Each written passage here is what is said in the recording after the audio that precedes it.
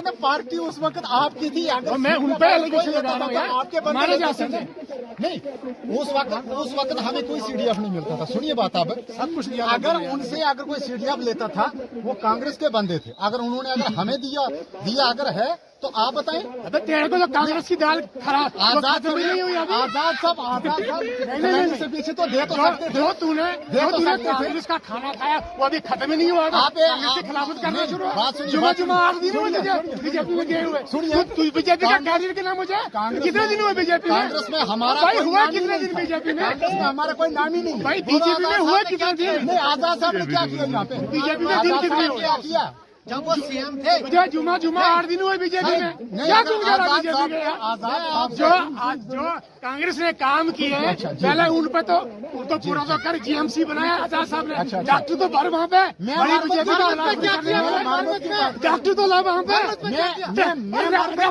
Referral बना GMC Mohammad की बात करो। आजाद साहब ने खिलानी से पीछे क्या दिया? मुझे सब कुछ दिया। क्या दिया? ये रोड किसके हैं? ये किसके टाइम पर नहीं दिए? किसने दिए? मोदी का परसों आया दूसरा टर्नओवर है मोदी का, उसे बात जो है ये अटल बिहारी वाजपेयी जी की देन है। जब PM जो अटल बिहारी वाजपेयी थे, उन्होंने एक स्कीम लॉन्च की थी। ये मगोता जो रोड बनी हुई है, ये भाजपा के टाइम में बनी हुई है। भाजपा तब सेंटर में थी, स्टेट में कौन था? बिल्कुल आपको 2.5 साल का टर्नओवर में गिनाता हूँ आजाद साहब का। डिस्ट्रिक्ट किसने बनाए? अब मैं आपके बाबू के बाबू ने बनाए? किसी ने बनाए? ये तेरी तहसील मरम्मत किसने बनाई? मैं आपको ब्लॉक किसने बनाए? मैं बता रहा हूँ आजाद साहब ने खिलानी से पीछे क्या दिया। अगर मैं बताइए तहसील किसने दी? खिलानी से कौन सी किसने दी? तहसील मरम्मत किसने दी?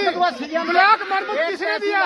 अरे बताना तेरी PSC को में किसने दी? मुझे PSC उस वक्त देखा 2000 ठीक है, ये 2000 में बनी हुई है। हाँ। ये किसी भी सरकार ने नहीं दी। PSC जो है ये बीजेपी ने दी। ये खुद चल द्वारा बनाई गई, खुद चल के ये आई। इंडियन आर्मी द्वारा बनाई गई। वो तो बिल्डिंग बनाई गई यार, बिल्डिंग का नहीं होता। बिल्कुल बिल्डिंग नहीं होता। बिल्कुल है ना, बिल्डिंग नहीं बिल्कुल है। होता। आजाद साहब ने मरम्मत के लिए PSC दी थी, बगोता के लिए। और बगोता वाले लैंड नहीं दी, वो जाकर के वहाँ बनी है। क्या कहते हैं जोधपुर में? क्या बात करते हैं? आजाद एक मिनट पहले आप अपने ये लिख लो कि आपकी की क्षमता रखिए। बीजेपी ने कितने काम किया है, उसके बाद मुझे बताना।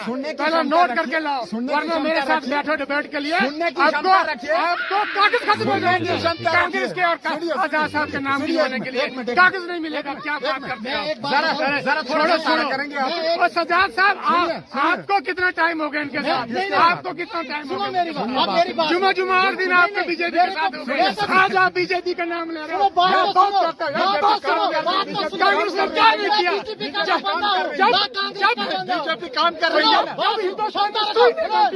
जब हिंदुस्तान में सुई नहीं बनती थी तब कांग्रेस ने आज अगर बाप की प्राप्ति पे बेटा कब्जा करता है और वो बोलता मैंने बनाया, सरासर गलत। कांग्रेस का बनाए हुए बीजेपी डांस कर रही है। छोड़ो, बात नहीं मानते। आप BJP भी बात सुने और कांग्रेस भी बात सुने। क्या सुनो? सुनो मेरी बात। नहीं बनती थी। आप बात तो सुनो पहले।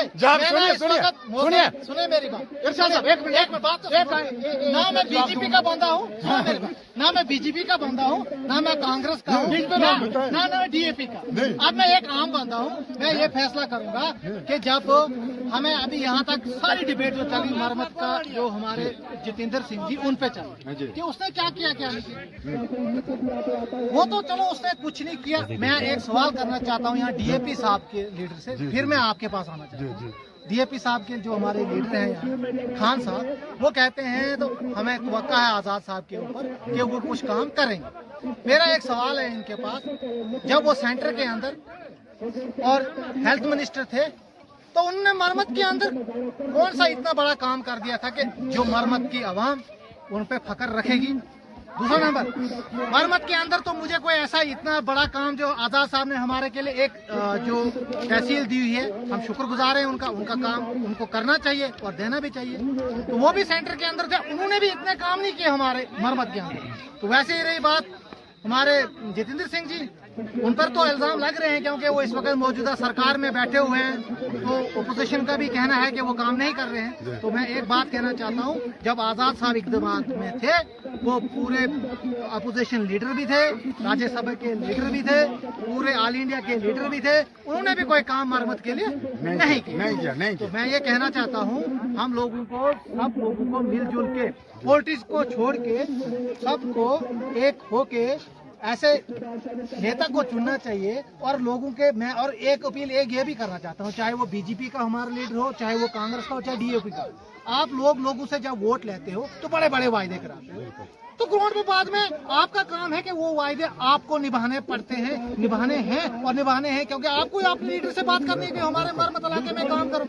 दूसरा नंबर, अभी आप बोल रहे हो डीडीसी ने यहाँ पर एम्बुलेंस दे दी।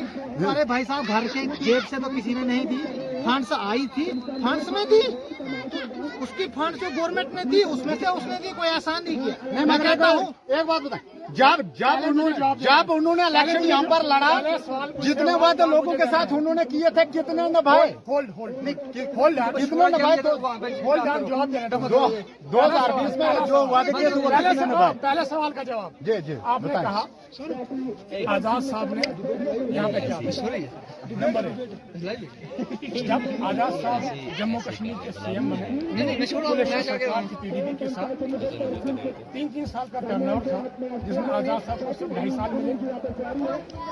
आजाद साहब ने जम्मू कश्मीर के अलावा हमारी मरम्मत की समझिए कैसे, आप इसको मानते हैं?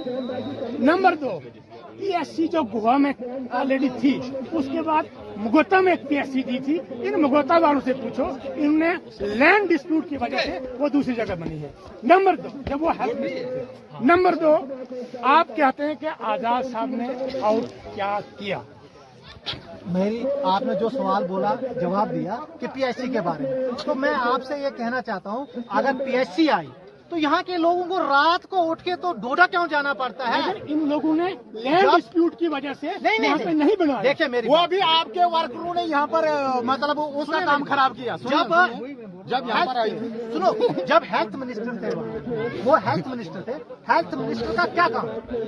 वो यहाँ पे स्टाफ भी दे सकते थे, पूरा स्टाफ दे सकते थे मरम्मत के एरिया के अंदर। और आप लोगों को जो उस वक्त कांग्रेस के लीडर थे, कांग्रेस के वर्कर थे, जो आप लोगों की रहनुमाई करते, आपका काम भी था अपनी आवाज आगे पहुंचाने, लेकिन आपने भी नहीं। आजाद साहब ने बिल्कुल सही काम किया। हाँ, कहीं न कहीं अगर कमजोरी रही है तो हमारे जो कांग्रेस के वर्कर थे उनकी रही है, उन्होंने इस आवाज को आगे रखा। लेकिन यह डायरेक्ट अगर इल्जाम हम आजाद साहब पे लगाते हैं तो ये सारा गलत है, क्यों? आजाद साहब के दिल में किसी की कोई भेदभाव नहीं, ये आपको मानना पड़ेगा। दूसरी बात, आपने डीडीसी की बात की, एम्बुलेंस की, जो आजाद साहब के जवाब दिया आपने मेरे को, आप मानते हैं ना कि जो आपके जो कांग्रेस के वर्कर थे, जो कांग्रेस के लीडर थे यहाँ के, वो गलत थे, उन्होंने ग्राउंड लेवल पे काम नहीं किया, वो आप मानते हैं? वो कहीं न कहीं गलती उनसे हुई है, इसमें कोई शक नहीं। इंसान बशर है, गलती होती है, हुई होगी, इसमें कोई शक नहीं है, मैं ये मानता हूँ। लेकिन दूसरी बात कही आपने कि एम्बुलेंस की, डीडीसी, मौजूदा डीडीसी आज है, आपने देखा कि जब